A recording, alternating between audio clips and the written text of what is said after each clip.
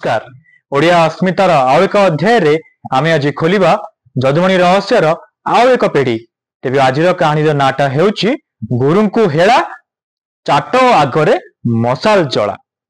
कवि जदुमणिंकर पांडित्यर सारा ओडिशा एक मुग्ध प्रशंसक।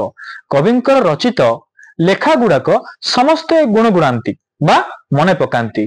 कवि जदुमणि गोटे जगह केबे भी स्थिर होकर रही पार नथिले। दिनकर कथा कवि आठगड़ राज्य को बुलिबाकू जाइथिले। राजा जदुमणि आसीबा खबर सुनी तांको गोटे बसा काल देई रहिबा व्यवस्था करदेले।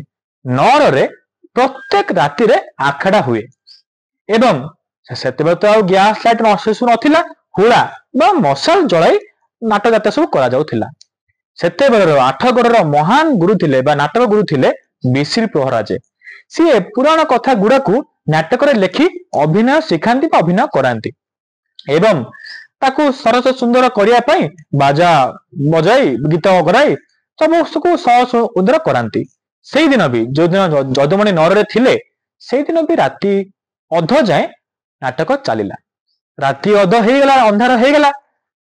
चाट बा जो मैं सब मशाल धरिकी जो सब जानती गुरुंकर शिष्य गुड़ाक बा चाटंक सामने रे मशाल धरिकी जाउथुले एवं बिसी पराजे आखड़ा गुरु जांको समस्त मानती अंधार रे बाट अंडाली अंडाली घर को जाउथुले। शिष्य एपड़े निया लगाई बा निया हुड़ा रे देखा देखी रास्ता देखै जाउचंती गुरु अंधार रे बाट जाउचंती। जदुमणि को घोर बाधिला से कथा गुड़ाक जे गुरुंकर एभली अपमान मु कदापि सह्य करिवेनी।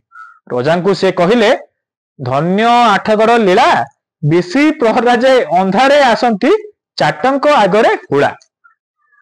एबे भी गाँ गहली रे जदि आखड़ा घरे जो जगार लोक कला लोक संस्कृति को शिखा जाए सेबे गुरुंकर कहीं अपमान कले जदुमणि को पद्यटी को भी गायन करा जाए। गुरुंकर अपमान जदुमणि सह्य करि नथिले।